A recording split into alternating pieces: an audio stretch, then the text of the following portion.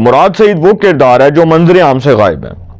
جب سے 9 مئی ہوا، 9 مئی 2023 ہوا، جب ملٹری انسٹالیشنز کے اوپر حملہ ہوا، کور کمانڈر ہاؤس پر حملہ ہوا، ISI کے دفتر پر حملہ ہوا، آرمی چیف کے خلاف ایک ہائی پروفائل بغاوت کروانے کے لیے یہ سارا کھیل رچایا گیا، تب سے مراد سعید منظر عام سے غائب ہے. اب مراد سعید تو سامنے نہیں آیا، لیکن سر مراد سعید نے ایک ٹویٹ جاری کر دیا. اس کا مطلب کہ KPK میں ان کی گورنمنٹ ہے، تو وہ اگر آ بھی گیا تو اس کی گرفتاری نہیں ہوگی، کیونکہ KPK کی حدود میں تو پنجاب اور وفاق نہیں نہ آتا، فیڈرل نہیں آتا. لیکن ہاں اگر FIR پڑھ لیتے ہو الگ گل ہے. تو مراد سعید نے کہا کہ جی میں 11 اپریل کو ایک گرینڈ جرگہ کر رہا ہوں سوات میں اپنے حلقے میں، دماطم مسکلندر ہوگا، اس کے بعد پنجاب میں ہوگا، یہ ہوگا. تو سر اب ریحام خان کی وہ بات درست ثابت ہو گئی ہے کہ مراد سعید ہی عمران خان کا سیاسی جانشین ہے. سمجھ تو آپ گئے ہوں گے کہ میں کس طرح سے بات کر رہا ہوں. اور مراد سعید بڑا کلوز تھا عمران خان کے، ابھی بھی بڑا کلوز ہے.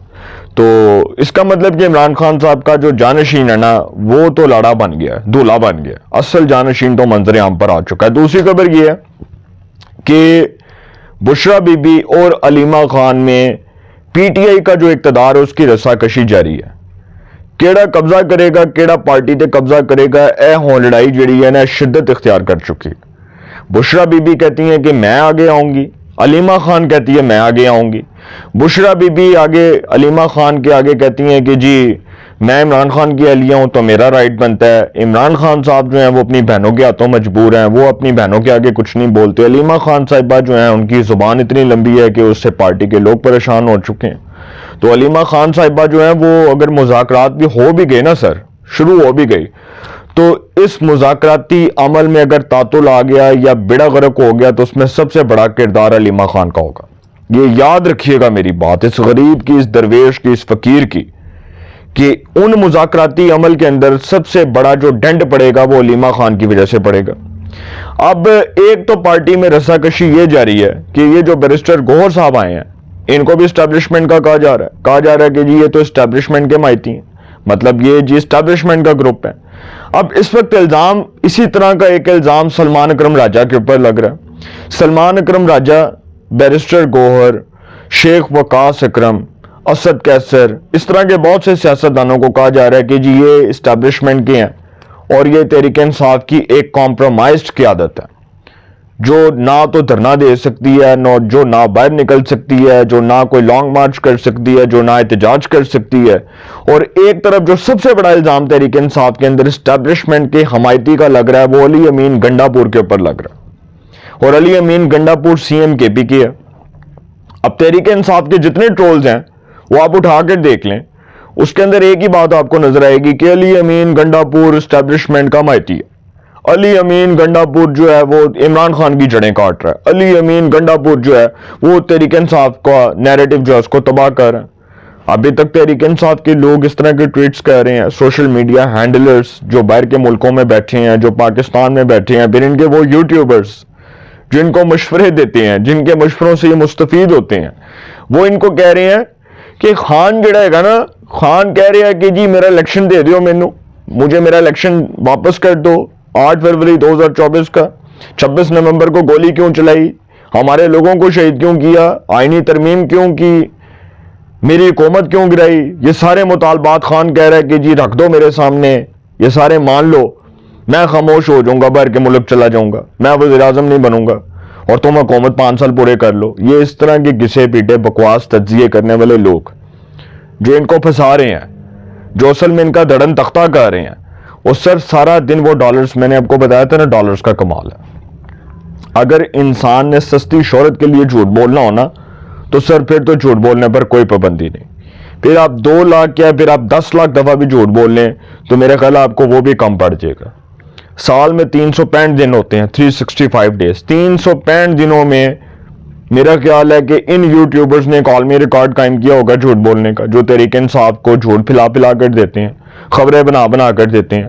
ایک ولاگر صاحب ہیں، ان کے تو ملین میں سبسکرائبرز ہیں، لیکن انہوں نے تحریک انصاف کے تابوت میں ایسا کیل ٹھوکا ہے سر یہ بات کر کے کہ اب تحریک انصاف اپنے پاؤں پر کھڑی نظر نہیں آتی. وہ کہتے ہیں کہ جی عمران خان صاحب جو ہے نا ان سے مذاکرات کے حوالے سے DGISI کے گھر پر ایک تحریک انصاف کا وفد گیا اور تحریک انصاف کے وفد نے DGISI کو کہا کہ جی 26 نومبر کو گولی کیوں چلائی، 8 فروری 2024 کا الیکشن کیوں چوری کیا، اور PTI جو ہے اس کے ساتھ ظلم کیوں کیا گیا، زیادتیاں کیوں کی گئیں، ہمارے لوگوں کو کیوں اٹھایا گیا۔ تو پھر DGISI کہتے ہیں کہ جی آپ ہمارے خلاف جو ہے نا سوشل میڈیا پر کیمپین کرنا بند کر دیں، ہم آپ کے بارے نیارے کر دیں گے، ہم آپ کی باتیں مان لیں گے اور عمران خان کو وزیر اعظم بنا دیں گے۔ مطلب سر اس قسم کی باتیں ہو رہی ہیں کہ آپ اندازہ لگائیں کہ کچھ لوگ جو ہیں وہ دماغ سے ہل گئے ہیں سر۔ اگر عمران خان جیل میں ہے نا تو عمران خان سے زیادہ تو لوگوں کے دماغ خراب ہو گئے ہیں جنہوں نے اس کو اپنے اعصاب پر اور اپنے جو ہے وہ دماغ کے اوپر سوار کیا ہوا ہے۔ اب اس قسم کی تو باتیں کرنے والے لوگ موجود ہیں۔ سلمان اکرم راجہ صاحب کے اوپر جی عدم اعتماد ہو گیا۔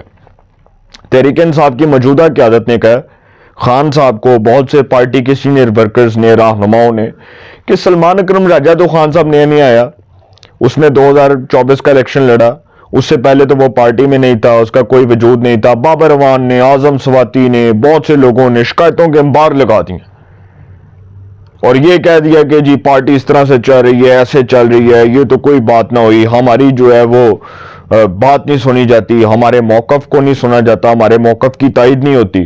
اب سلمان اکرم راجہ کو سیکرٹری جنرل بنا کر عمران خان جو ہے وہ پھنس چکی ہیں، اور ایک اور طرح سے پھنس چکے ہیں کہ جو KP کے چیف منسٹر ہیں علی امین گنڈاپور صاحب، ان کی اپوائنٹمنٹ اب تحریک انصاف کے لیے درد سر بن گئی ہے۔ اب تحریک انصاف ان کو اٹھاتی ہے تو KPK میں نو کانفیڈنس آ جائے گی، عدم اعتماد آ جائے گی، اور اس عدم اعتماد کے نتیجے میں تحریک انصاف کی KPK میں حکومت کا خاتمہ ہو جائے گا، نہ عمران خان صاحب آگے کے نہ پیچھے کے۔ اب وہ ارشاد بھٹی صاحب ہیں، آج کل وہ اپنا YouTube چینل بھی چلا رہے ہیں، تو ارشاد بھٹی صاحب جو جنگ نیوز اور جیو نیوز میں بھی ہیں اور کالے کول کے عنوان سے وہ کالم بھی لکھتے ہیں، ان کا جی آئی تھنک کوئی YouTube چینل کے اوپر علی امین گنڈاپور صاحب نے کوئی انٹرویو دیا، اور اس انٹرویو میں علی امین گنڈاپور نے یہ کہہ کر تحریک انصاف کے تابوت میں آخری کیل ٹھوک دیا کہ 26 نومبر کو کوئی گولی نہیں چلی اور کوئی بندہ شہید نہیں ہوا۔ اب تحریک انصاف کہتی تھی کہ جی 300 سے اوپر جو لوگ ہیں وہ شہید ہوئے، 26 نومبر کو انہوں نے گولی چلائی، ریاست نے اور حکومت نے جو ہے وہ رسپونڈ کیا، یہ تحریک انصاف کا کلیم تھا، ان کا دعویٰ تھا۔ اب وہ بھی غلط ثابت ہو گیا۔ علی امین گنڈاپور نے تحریک انصاف جو ہے اس کے تابوت میں آخری کیل تب ٹھوکا جب اس نے تحریک انصاف کی اس بات کی نفی کر دی کہ 26 نومبر کو کوئی گولی چلی تھی۔ تو سر ایک طرف بشرا بی بی علیمہ خان، ایک طرف سلمان اکرم راجہ پر عدم اعتماد، ایک طرف گنڈاپور نے تابوت میں آخری کیل ٹھوک دیا، ایک طرف اگر گنڈاپور فارغ تو تحریک انصاف کی KPK میں حکومت فارغ، ایک طرف خان صاحب مذاکراتی عمل فارغ۔ مذاکرات سر ہوئے بھی نہ تو سر ان شرائط پر نہیں ہوں گے، مذاکرات ہوں گے تو اسٹیبلشمنٹ کی شرائط پر ہوں گے، پاکستان کی مقتدرہ کی شرائط پر ہوں گے۔ اپنی رائے کا کومنٹس میں ضرور اظہار کیجئے گا۔ انشاءاللہ ایک نئے سیگمنٹ کے ساتھ پھر ملاقات ہوگی۔ اپنا بہت خیال رکھیے گا۔ آل آنے کے بعد